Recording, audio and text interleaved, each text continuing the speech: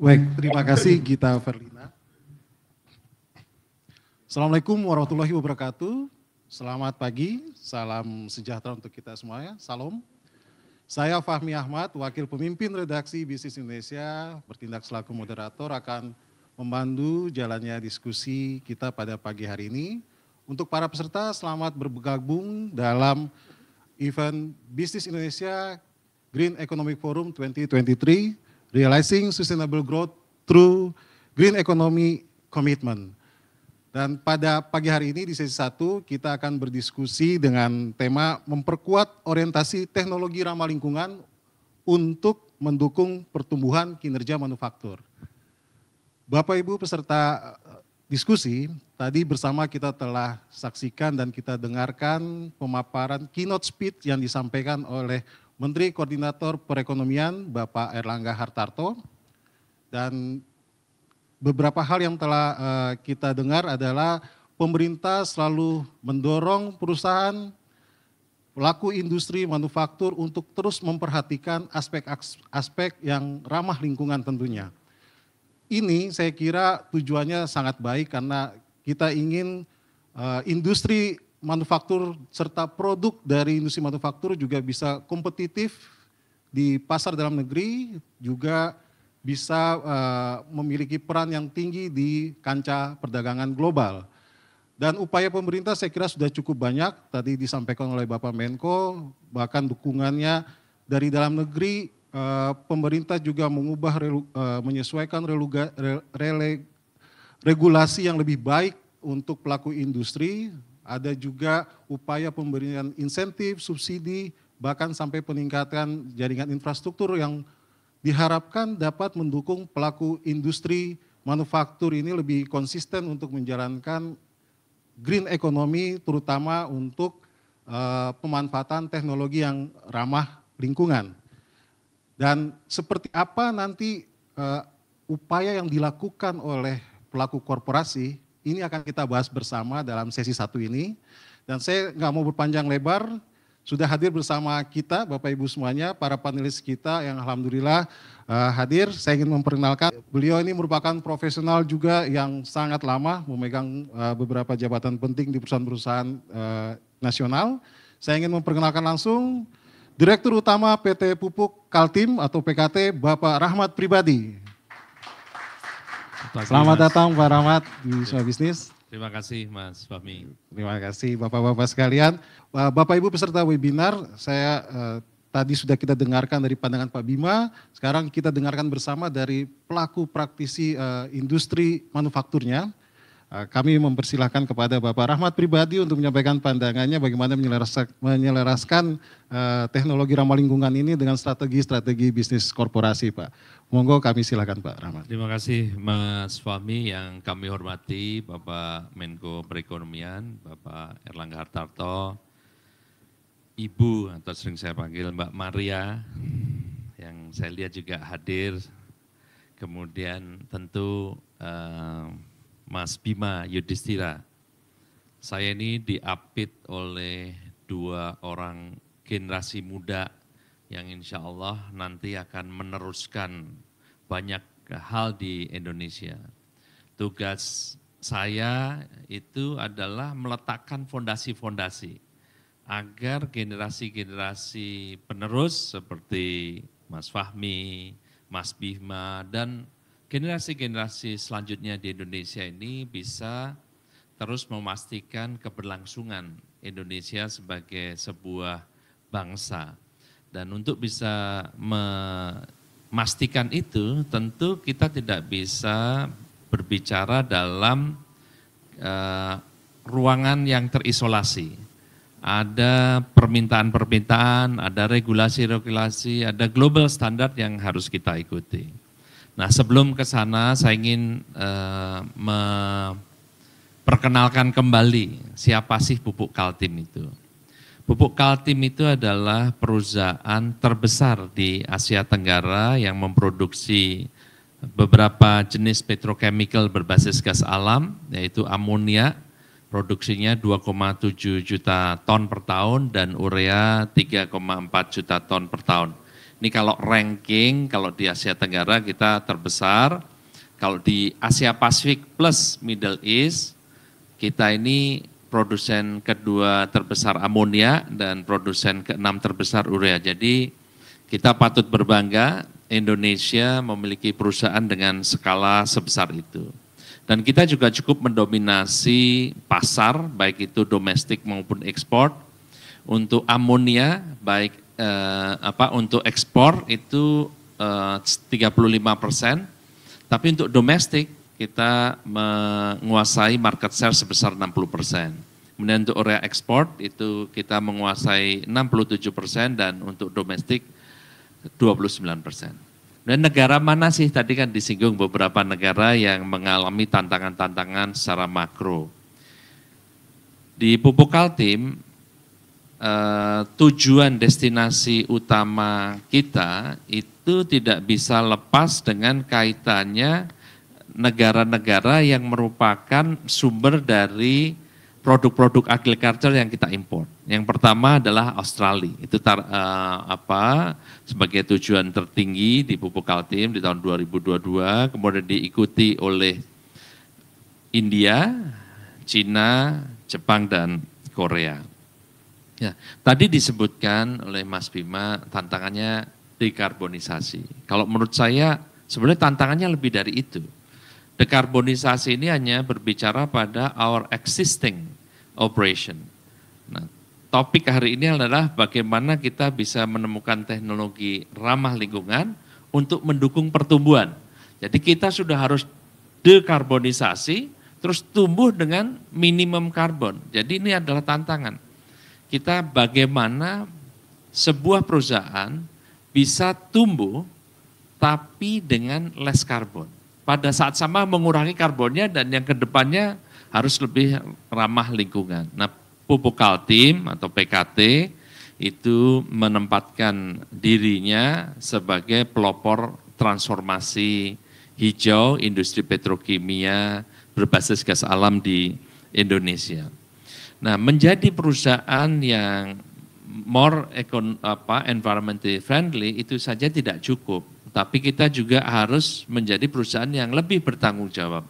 Bertanggung jawab terhadap dampak sosialnya maupun bertanggung jawab pada pengelolaannya. Apalagi PKT ini adalah bagian dari BUMN, Badan Usaha Milik Negara, yang punya PKT itu adalah seluruh masyarakat rakyat Indonesia. Tentu kita harus kelola secara bertanggung jawab. Nah, kalau itu di summarize, itu namanya ESG, Environmental, Social, and Governance. Banyak hal yang kita lakukan. Tadi disinggung masalah net zero carbon emission di tahun 2050.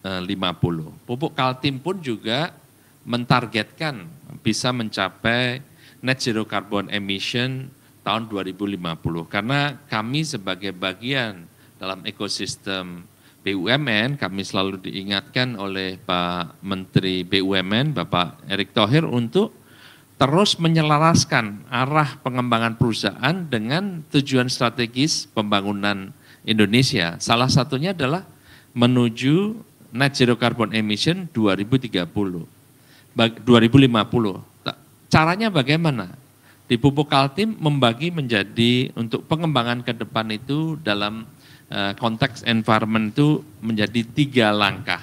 Yang pertama adalah mengembangkan perusahaan dengan teknologi atau dengan cara yang mempunyai intensitas karbon lebih rendah atau kerennya itu low carbon intensity.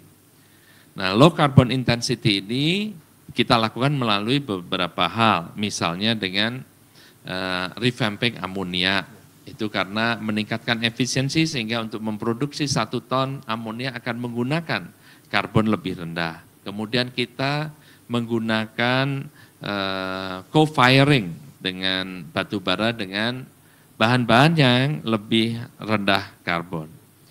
Strategi yang kedua adalah pengembangan dengan konsep yang tadi disinggung oleh Pak Menko, circular economy. Bagaimana kita bisa mengembangkan perusahaan dengan menggunakan CO2 sebagai salah satu bahan bakunya. Dengan demikian, pada saat yang sama kita melakukan dekarbonisasi, kita juga bisa terus tumbuh. Contohnya apa? Contohnya adalah kita akan mengembangkan soda as. Soda as ini adalah produk yang saat ini 100% diimpor. Padahal bahan bakunya ada di Indonesia. Kita punya amonia, kita punya garam, dan lebih bagus lagi, ini menggunakan CO2 sebagai bahan bakunya. Soda as ini adalah bahan baku untuk membuat kaca. Jadi kalau sektor konstruksi itu tumbuh, semakin banyak kaca yang dipakai, apalagi itu diproduksi nanti insya Allah dari pupuk Kaltim, itu artinya semakin banyak karbon yang kita bisa tangkap dari udara dan kita simpan dalam bentuk kaca yang permanen. Kemudian ada pengembangan urea, karena urea ini untuk memproduksi menggunakan CO2. Amoniaknya mengemisikan CO2, tapi ureanya menyerap CO2. Nah ini kalau kita kembangkan, itu akan bisa menyerap karbon. Yang ketiga, dalam konteks environment ini, dekarbonisasi, kita menggunakan teknik carbon sequestration atau penyimpanan karbon, tapi yang kita pilih adalah secara biologi dengan menanam pohon. Tapi pohon yang ditanam oleh pupuk Kaltim ini tidak sekedar untuk carbon sequestration, karena yang kita tanam adalah pohon buah-buahan. Siapa yang menanam pohon buah-buahan? Itu adalah masyarakat. Nah, kita bantu masyarakat untuk menanam, kemudian hasil buahnya kan bisa dimanfaatkan oleh masyarakat, ada nilai ekonomi, ada dampak sosial yang kita bisa berikan pada saat yang sama kita mengurangi atau mengoffset karbon. Kemudian kalau sosial ya ini BUMN pupuk lah, BUMN pupuk itu dari tujuannya aja sudah tujuan yang menurut saya sangat mulia karena untuk mendukung ketahanan pangan nasional. Ketahanan pangan nasional ini bicaranya ya produsennya adalah petani yang sebagian besar adalah ekonominya masih rendah dan juga konsumennya itu masyarakat Indonesia. Jadi dampak sosialnya dari tujuannya saja sudah jelas. Di luar dari itu kita juga memiliki program-program seperti Makmur dan seterusnya. Yang terakhir adalah bagaimana kita bertanggung jawab secara pengelolaan. Nah kita menerapkan GCG yang kita skornya itu cukup bagus di banyak tempat. Nah GCG sendiri kita itu melihat sebagai salah satu cara untuk jadi ini bukan sebuah tujuan tapi suatu cara untuk memastikan bahwa pendelegasian wewenang dari pucuk, dari pemegang saham sampai ke pelaksana itu bisa terlaksana dengan cara yang baik. Tidak ada kekhawatiran bahwa tujuan yang ditetapkan oleh pemegang saham tidak terlaksana sampai ujung tombak di sana. Alhamdulillah nih Mas Bima, Pak Fahmi, kita PKT itu sudah dinilai penerapan ESG-nya oleh Global Rating Agency, namanya Sustainalytics. Kalau di media-media sebelumnya mungkin Mas Fahmi ingat, kita sampaikan kita menjadi nomor 3 tertinggi skornya in a global scale di industri agrokimia. Alhamdulillah pada waktu itu nomor 3 dari 40 sekian perusahaan di dunia yang dinilai.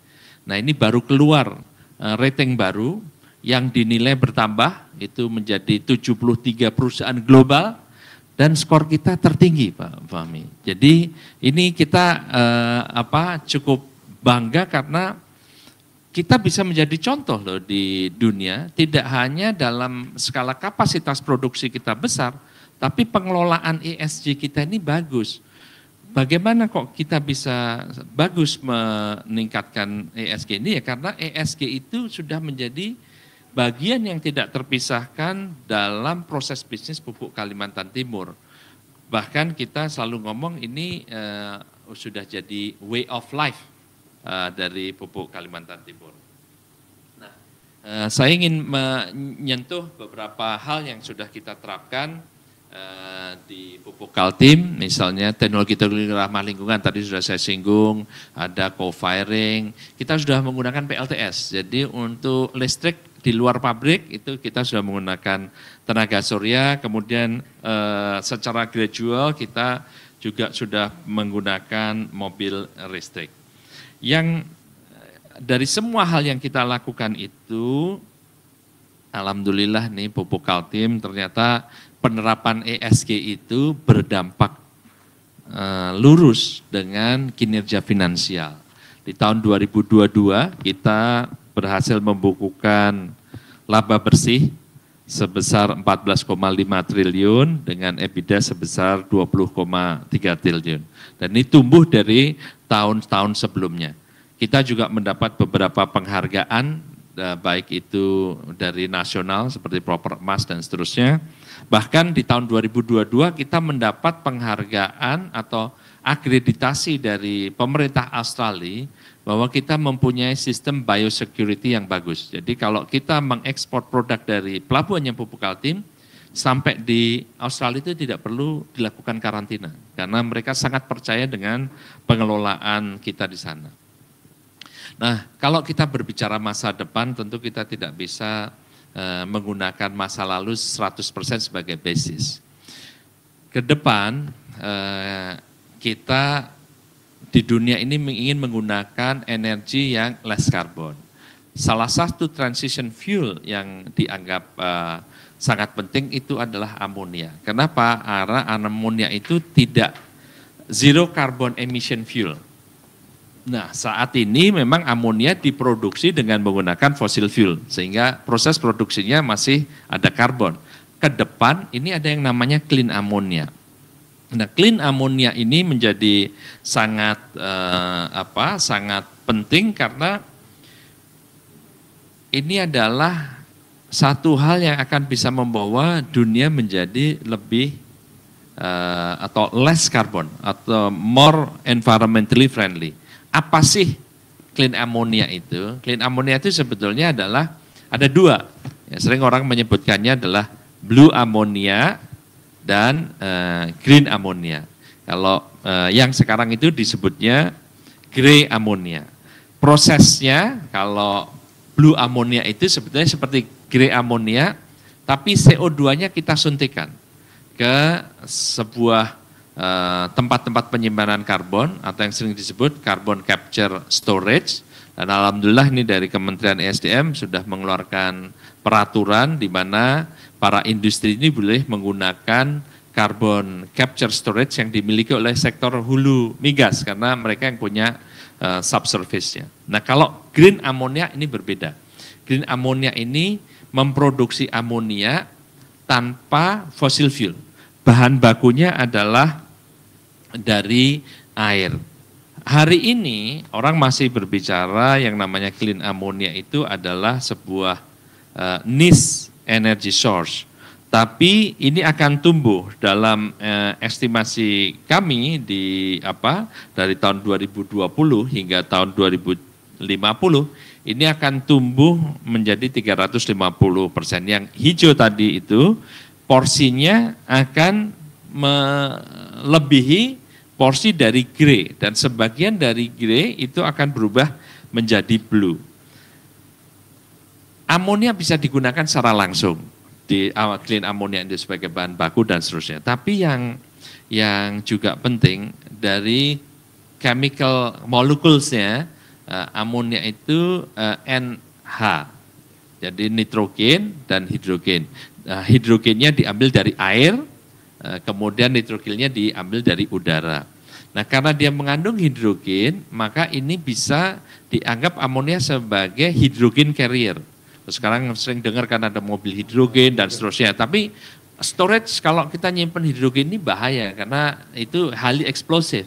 Nah, kalau ini dirubah jadi cara menyimpannya dengan amonia, ini menjadi lebih mudah sehingga nanti hidrogen baik itu pembangkit ataupun transportasi yang akan menggunakan energi berbasis hidrogen ini menjadi lebih mudah karena hidrogennya disimpan dalam bentuk yang less fragile atau less volatile, tidak mudah meledak. Saya rasa itu yang ingin kami sampaikan dan buat kami masalah sustainability ini bukan masalah pilihan, tapi ini adalah tanggung jawab kita pada generasi yang mendatang. Sebagaimana tadi kita sampaikan, kami, saya, generasi saya, bertanggung jawab meletakkan fondasi untuk generasi ke depan. Ini bukan choice, but this is our responsibility. Demikian Mas Fahmi. Terima kasih. Assalamualaikum warahmatullahi wabarakatuh. Waalaikumsalam warahmatullahi wabarakatuh. Terima kasih Pak Pribadi. Kita berikan apresiasi, penjelasannya ternyata lengkap sekali ya Pak ya. Jadi saya juga baru tahu bahwa banyak hal yang telah dilakukan oleh Pupuk Kaltim, PKT gitu, dari co-firing di batu bara dengan sawit ya Pak ya. Terus ini yang menarik yang terakhir itu Pak, tentang blue atau green amonia Pak. Kita kan kalau amonia itu nggak terlalu terganggu lagi dengan Rusia dan Ukraina yang sebagai produsen amonia gitu. Dan terima kasih untuk inovasi dari Pupuk Kaltim sudah berupaya membuat blue. Pertanyaan saya sederhana, ini targetnya berapa nanti pangsa porsi produksi yang grey amonia dengan yang blue atau green amonia ini Pak? Ya. Kalau kita mimpi tanpa rencana atau action nyata ini akhirnya seperti melukis langit gitu. Di Pupuk Kaltim kita sudah melakukan langkah-langkah konkret. Beberapa minggu yang lalu kami menandatangani sebuah kerjasama dengan a group of Danish company, 4 perusahaan Denmark dan dari Indonesia, Pupuk Kaltim dan Pertamina. Nah memang kita ada 2 yang ingin kita capai. Dengan penandatanganan itu, teknologi ini penting. Tadi sampaikan, apakah ada teknologinya? Teknologi yang sekarang ada itu untuk memproduksi 1 ton clean ammonia itu menggunakan kurang lebih sekitar 10 megawatt. Jadi besar sekali. Kalau kita mau memproduksi salah satu pabrik kita, pabrik 5 itu produksinya 2.500 ton amonia per day, itu butuh 1 gigawatt. Jadi sangat besar. Nah, kita dengan Danish Company tadi berusaha menurunkan energy intensity-nya. Nah, kita akan dari yang sudah kita diskusikan, target kita bisa mengurangi sampai 30% carbon intensity, jadi nanti akan digunakan 7 megawatt per ton amonia. Ini nanti akan menggunakan sumber energi yang berbasis renewable. Nah, kalau kita berbicara target, Mas, kita targetnya di tahun 2050 kan net zero carbon. Nah, kalau net zero carbon, maka untuk mengkompensasi grey ammonia yang kita miliki, blue dan green ini harus merupakan 50% dari produksi amonia kita hari ini. Tapi kita tentu tidak mau hanya untuk dekarbonisasi karena kami ingin tumbuh. Jadi nanti porsi clean ammonia ini dari waktu ke waktu akan semakin tinggi di Pupuk Kaltim dan ini akan kita mulai targetnya mulai tahun 2030. Di tahun sekarang sampai 2030 kita tadi melakukan 3 hal ya, carbon sequestration, circular economy, dan low carbon intensity itu kita ngurangi karbon atau mengoffset sebesar 30%. Nah sisa yang 70% itu kita akan offset dari tahun 2031 hingga 2050. Jadi kira-kira pangsa pasar atau pangsa porsi bisnis clean ammonia di Pupuk Kaltim seperti itu. Baik, terima kasih Pak Rahmat. Nanti kita perdalam di sesi tanya jawab. Bapak Ibu peserta diskusi, memang kita sudah masuk di sesi Q&A Pak, tetapi saya ingin mengingatkan kembali kepada Bapak Ibu peserta yang ingin mengajukan pertanyaan, mohon ditulis di kolom Q&A di layar monitor Zoom Anda, nanti akan dikumpulkan oleh teman-teman panitia dan saya akan membacakan pertanyaan dari Anda semuanya untuk disampaikan kepada para panelis. Kita lihat apakah memang sudah ada. Sambil menunggu Pak Bima sama Pak Rahmat, saya ini mau mulai duluan, boleh nih Pak, izin nih Pak ya. Ini yang tadi Pak Bima juga sampaikan, Pak Rahmat juga udah sampaikan, ini terkait yang pertama soal biaya Pak. Biayanya ini kan tinggi pasti Pak. Nah, kalau Pak Bima sampaikan, memang pemerintah juga ada upaya untuk, kita juga ada bilateral untuk, tapi korporasi kan tidak semua sanggup untuk membiayai teknologi yang ramah lingkungan. Ini kalau soal biaya, apakah ada alternatif atau mungkin ada solusi yang bisa dilakukan sehingga banyak perusahaan bisa mengikuti langkah-langkah yang dilakukan oleh PKT dan sebagainya. apakah memang ada biaya yang harus dianggarkan berkelanjutan untuk karena kan hasilnya juga bagus tadi Pak ya, profitabilitas dan EBITDA-nya tinggi sekali 20 triliun lebih gitu. Gimana Pak? Ya, sebagai sebuah entitas bisnis tentu return on investment itu menjadi sangat penting. Salah satu critical factor ini bagaimana kita bisa menekan capital expenditure. Tadi Mas Bima cerita mengenai stranded asset. Nah, bagaimana kita bisa menggunakan existing facility itu penting. Kenapa kok pupuk Kaltim mengarah pada clean ammonia? Karena kita sudah punya pabrik amonia. Yang kita rubah hanya feedstocknya. Dari tadinya fossil fuel kita tambahin alat yang bisa mengkonversi air menjadi mempecahkan hidrogen. Sehingga biaya investasinya rendah. Tentu kalau harus memulai clean ammonia dari kertas kosong, wah itu mahal sekali. Nah salah satunya adalah bagaimana menurunkan capex, caranya dengan menggunakan existing facility. Kedua tadi tentu pembiayaan. Tapi juga saya ingin menyinggung, memang sekarang di Indonesia belum dan saya yakin pemerintah sedang menggodok. Kita kan punya cap and tax, artinya kalau kita emisi yang lebih kita akan kena pajak. Jadi ada disincentive, dari disincentive itu kita hitung, kita bisa melakukan instead of membayar pajak, kita yang 30% pertama itu sebenarnya hitungan-hitungan kami instead of, jadi biayanya kita rubah menjadi inisiatif low carbon. Nah, yang berikutnya mungkin sangat penting nanti ketika masuk pada clean ammonia itu adalah carbon trade. Nah, kalau carbon trade itu bisa ada mekanismenya di Indonesia, maka investasi pada clean ammonia ini kita akan mendapatkan nilai dari pasar karbon. Jadi on top of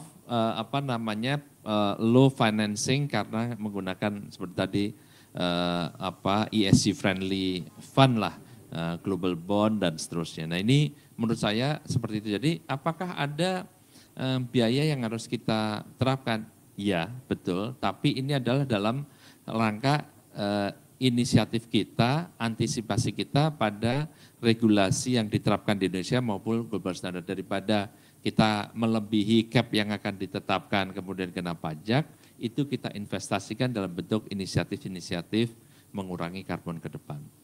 Demikian Mas.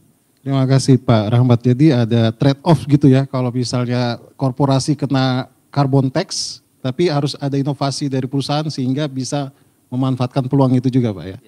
Baik, terima kasih. Ini agak berkaitan juga Pak, kalau udah bicara biaya, tadi yang satunya lagi adalah teknologi Pak. Teknologi untuk yang ramah lingkungan itu kan masih mengandalkan barang-barang dari import kalau saya nggak salah ya. Karena di beberapa perusahaan itu untuk solar panel memang sudah ada dalam negeri, tapi ada beberapa materi yang harus diimpor. Nah, bagaimana supaya kita keluar dari ketergantungan dari produk impor agar teknologi ramah lingkungan ini ramah di kantong juga gitu Pak. Baik, terima kasih Pak Bima. Pak Rahmat mau ini kita supaya nggak dependensi. Ya jawabannya sebenarnya tadi sudah sampaikan oleh Pak Bima di awal presentasi ya terkait dengan SDM. Jadi SDM ini penting sekali karena awalnya itu kan dari research dan research itu sangat tergantung dengan manusianya. Jadi saya rasa penekanan pada SDM ke depan sangat penting. Memang tidak bisa dihindari juga kita itu masih pada level research aplikasi itu memang banyak, tapi yang basic research kan sekarang masih belum begitu banyak. Sementara ini menuntut bagaimana mulai dari basic research bisa sampai research aplikasi. Nah itu membutuhkan sebuah sistem inovasi nasional yang bekerja dengan baik. Di Indonesia sebenarnya konsepnya sudah ada research institute yaitu BRIN, kemudian ada universitas dan ada industri. Nah ini bagaimana menyambungkan ini, karena tidak mungkin nanti berdiri sendiri nih. Kami sudah menyampaikan bahwa misalnya kami dari industri, ini adalah roadmap kami. Nah, harapannya itu juga bisa diikuti dengan teman-teman baik di universitas maupun di badan research untuk mengarah ke sana. Sehingga research-nya itu bisa memang berorientasi pada industri, itu harapan kami sebagai pelaku industri ya. Dan untuk mencapai ke sana saya setuju dengan Mas Bima tuh, SDM gitu. Bagaimana strateginya, tadi disinggung beberapa hal ya yang ada kebijakan-kebijakan pemerintah, tapi saya rasa SDM jawabannya. Dan tanpa itu mungkin akan sulit kita bisa menjadi negara yang independen secara teknologi. Baik Pak, ya, terima kasih Pak Rahmat. Ini jawabannya tadi saya jadi teringat ini ada pernyataannya Pak Hati Barsi waktu jadi Menteri Keuangan gitu. Seharusnya ada insentif dari negara bagi korporasi yang mengembangkan research dan SDM-nya gitu. Tapi namanya wacana sampai sekarang kita tunggu saja. Siapa tahu itu bisa jadi solusi gitu kepada perusahaan-perusahaan. Baik Pak, kita kembali kepada floor dan saya kira ini ada pertanyaan langsung dari peserta webinar Pak. Saya bacakan dari Anya BCMC. Izin bertanya ke Pak Rahmat pribadi terkait upaya co-firing biomasa di boiler untuk menggantikan penggunaan batu bara ini Pak.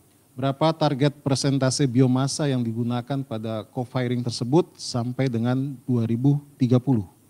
Silakan Pak. Ya, targetnya memang biomasa yang akan kita gunakan itu sebesar 5% dari kebutuhan batu bara hingga tahun 2030. Sementara saat ini sampai dengan tahun ini kita sudah bisa menggunakan sebesar 1,2%. Jadi ini kita sangat optimis ini akan tercapai dan mungkin nanti ke depannya juga mengurangi low carbon intensity ini pada akhirnya kan mesti ada ujung di boiler batu bara. Jadi sementara menuju 2050 ini kita gunakan co-firing dengan biomasa, targetnya sebesar 5%. Ya, ini jadi terkait berdampak juga pada industri yang lain gitu ya Pak ya. Teman-teman di sektor batu bara juga pasti harus memikirkan bagaimana bisnis mereka ke depannya gitu untuk lebih green. Baik, ada lagi pertanyaan dari para peserta? Oh belum ada, kalau belum saya mau lanjut, izin ya Pak ya, mau bertanya lagi ini.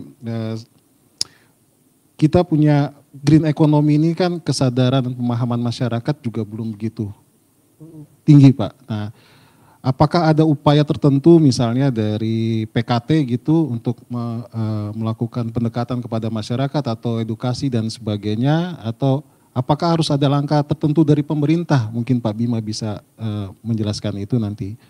Untuk meningkatkan kesadaran dan pemahaman pentingnya teknologi ramah lingkungan ini Pak. Pak Rahmat duluan, monggo. Kalau menurut saya kesadarannya sudah ada, tapi availability dari produknya ini belum cukup.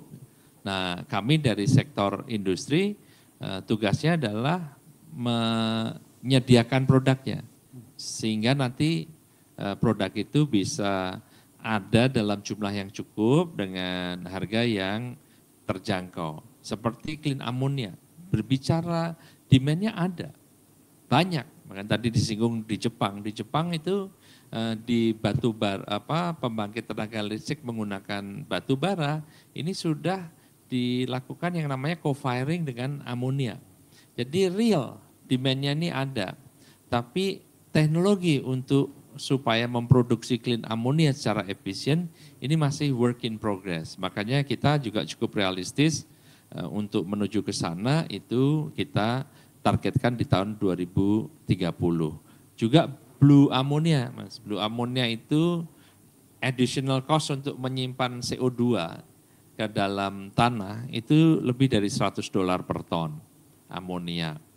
Nah, untuk bisa mengkompensasi itu beberapa hal harus dilakukan. Apakah itu insentif atau disinsentif dalam bentuk pajak atau yang carbon trade mechanism itu. Saya rasa kalau kita bisa mendapatkan manfaat ekonomi dari penyimpanan karbon yang lebih dari, kalau 100 dolar ini kan cukup besar. Nggak mungkin kalau kita kan pajaknya sekarang 30 rupiah. Sehingga itu hanya 3 dolar lah kira-kira. Sehingga kalau additional cost-nya 100 dolar, tapi kalau itu bisa kita perdagangkan, tentu bisa menjadikan itu ekonomis. Jadi poinnya adalah kalau menurut saya ini, demand-nya ada. Bahkan sekarang sudah menjadi customer requirement. Orang itu menginginkan produk-produk yang lebih ramah lingkungan. Tantangan kami di industri menyediakan produk itu. Tadi yang dekarbonisasi dan nanti kalau tumbuh ke sana juga memastikan bahwa produk yang kita produksi itu less carbon. Gitu Mas. Terima kasih Pak Rahmat. Ini ada pertanyaan nih Pak, izin dari Nathanael dari Matana University, Universitas Matana. Izin bertanya, apa strategi terbaik untuk mendorong adopsi teknologi ramah lingkungan di sektor manufaktur secara luas Pak? Nah, ini saya kira secara umum kayaknya nih Pak ya. Monggo Pak Rahmat. Sebetulnya ini mungkin pertanyaan kan policy questions. Jadi kalau policy questions ini sebetulnya Mas Bima, tetapi saya ingin menyampaikan perspektif orang industriawan lah. Kalau kita ini kan simple ya, di bisnis itu selalu kita mulai dengan pertanyaan, apakah ada pasar untuk produk yang akan kita hasilkan? Yang kedua, apakah ada bahan baku yang bisa digunakan untuk memproduksi barang yang diminta itu? Yang ketiga adalah apakah bisa kita memproduksi itu secara efisien? Jadi pertanyaannya itu kalau kita ngomong pasar sudah ada, bahan bakunya ada. Pertanyaan ketiga, can we produce it efficient enough? Nah, efficient enough ini menjadi kata kunci di industri karena return on investment itu sangat penting. Supaya rate of return-nya tinggi, ada beberapa yang bisa berdasarkan market base gitu ya, ada harga premium yang orang mau bayar untuk produk-produk yang ramah lingkungan. Tapi barangkali pertanyaan tadi bisa juga mengarah pada policies. Kira-kira policy apa yang bisa mendukung industri supaya kita juga bisa memproduksi itu lebih murah. Tadi misalnya kalau di Amerika ada just transition tadi ya, itu sebuah semacam subsidi kalau nggak salah saya dari pemerintah yang sangat besar. Nah ini pertanyaan ke Mas Bima, kira-kira menurut karena policy question kalau dari kita kan jelas, yang penting demand-nya ada. Bisa memproduksi ada bahan bakunya, bagaimana bisa memproduksi secara efisien. Nah itu mungkin butuh dukungan itu dari pemerintah berupa kebijakan. Jadi ini berarti pesannya kepada para peserta mahasiswa terutama kalau nanti lulus daftarlah ke PKT, masuklah talent pool karena perusahaannya sangat GCG. Gitu. Baik, apakah masih ada pertanyaan dari floor? Oh sisa satu terakhir ya. Nah ini bicara mahasiswa ternyata pesan Pak Rahmat tadi untuk generasi muda langsung didengar nih Pak. Ini ada yang ingin bertanya dari mahasiswa ya. Saya bacakan aja langsung dari Angelika Setiawan, Universitas UMN. Apa tantangan yang dihadapi oleh bisnis yang ingin mengadopsi teknologi ramah lingkungan dan bagaimana cara mengatasi tantangan tersebut Pak? Silakan Pak Rahmat. Ini senang ini beberapa pertanyaan dari mahasiswa-mahasiswa, artinya benar ternyata memang generasi-generasi muda kita itu jauh lebih concern lah terhadap keberlangsungan dunia, menjadikan dunia lebih hijau. Dan adopsi teknologi tentu tantangannya banyak, salah satunya adalah biaya, karena tidak mungkin dihindari ini membutuhkan sebuah investasi yang tidak rendah. Dan kedua yang namanya sebuah teknologi itu punya maturity masing-masing. Teknologi adoption juga punya maturity, tapi teknologinya sendiri juga punya maturity. Kalau teknologi yang sekarang ada memang menjadi mahal sekali.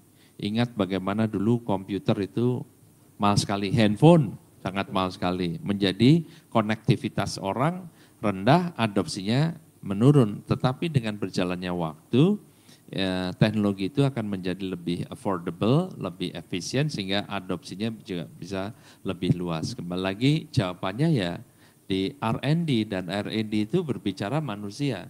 Jadi saya sangat senang banyak mahasiswa-mahasiswa yang berpartisipasi pada event kali ini itu menunjukkan at least sebuah keberpihakan pada industri yang lebih hijau. Pupuk Kaltim tidak mungkin bisa berdiri sendiri. Kami menempatkan diri sebagai pelopor, tapi kita tidak ingin menjadi terus-menerus sendirian. Kita ingin semakin banyak. Nah, semakin banyak ini saya rasa penting generasi muda menjadi salah satu konduit atau mungkin jadi salah satu yang penyebar luas gitu supaya adopsi teknologi ini makin besar. Jadi saya rasa tantangan adopsi teknologi itu, teknologi ramah lingkungan itu masih pada biaya investasi dan efisiensi dari atau maturitas dari teknologinya itu sendiri. Terima kasih Pak Rahmat, Pak Bima. Semoga semua perusahaan bisa meniru langkah-langkah yang telah dilakukan oleh PKT Pak. Jadi ini inisiatif dan inovasi yang bisa ditiru oleh semua perusahaan. Dampaknya tentu akan sangat besar untuk industri kita manufaktur. Kalau bahasa di media ya paling nggak PMI-nya naik lagi lah gitu di atas 55 atau 60 lah ke atas gitu lah ya Pak ya. Baik. Bapak Ibu peserta webinar, tidak terasa kita sudah sampai pada penghujung acara. Saya tidak ingin memberikan kesimpulan, tetapi saya ingin memberikan kesempatan kepada para panelis untuk memberikan closing statement-nya masing-masing. Monggo yang pertama mungkin dari Pak Rahmat terlebih dahulu, silakan Pak. Baik, terima kasih Mas Fahmi. Saya rasa semua sudah di-cover dengan baik dan Pupuk Kalimantan Timur sebagai perusahaan berskala global ini sudah menunjukkan bahwa kita juga tidak hanya dalam hal kapasitas produksi maupun financial return atau angka-angka finansialnya, tapi kita juga bisa menjadi contoh di dunia pada penerapan ESG.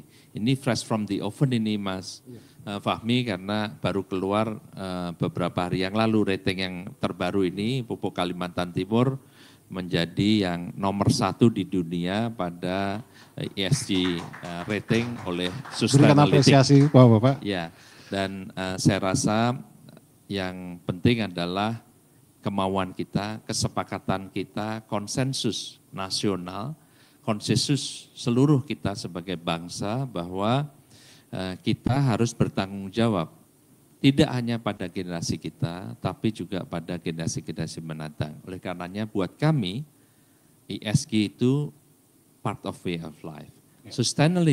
Sustainability itu bukan hanya sebuah kewajiban, tapi itu menjadi sebuah tanggung jawab buat kita semua demi menjaga keberlangsungan kita sebagai bangsa. Terima kasih Mas. Terima kasih Pak Rahmat. Berikan apresiasi untuk Pak Rahmat. Bapak Ibu peserta webinar, kita telah sampai di ujung beneran. Kita akan menutup sesi panel diskusi yang pertama ini. Terima kasih kepada para panelis atas pemaparannya, Bapak Rahmat Pribadi dan Pak Bima Yudhistira. Saya Fahmi Ahmad selaku moderator dalam sesi pertama ini. Mohon maaf jika ada kalimat atau kesalahan penyebutan nama dan lainnya, mohon untuk dimaafkan. Wabillahi taufiq wal hidayah. Wassalamualaikum warahmatullahi wabarakatuh. Selamat siang, salam sejahtera, salam. Kesempatan saya kembalikan kepada Gita Verlani. Silakan Gita. Pupuk Kaltim merupakan anak perusahaan BUMN PT Pupuk Indonesia Persero. Memiliki 13 pabrik dengan teknologi mutakhir dan dilengkapi berbagai fasilitas pendukung lainnya. Kami telah menciptakan produk-produk berkualitas prima dan ramah lingkungan. Kami selalu siap dalam pemenuhan pupuk bersubsidi di dalam negeri dan kebutuhan pupuk non-subsidi untuk korporasi dan industri serta ekspor ke berbagai belahan dunia. Melalui program tanggung jawab sosial dan lingkungan, kami juga berperan aktif dalam mewujudkan impian untuk masa depan dengan berkontribusi secara maksimal untuk masyarakat yang mandiri dan sejahtera. Pupuk Kaltim siap menjadi perusahaan agrokimia dan petrokimia kelas dunia yang berdaya saing tinggi dan berkelanjutan untuk menyongsong masa depan baru.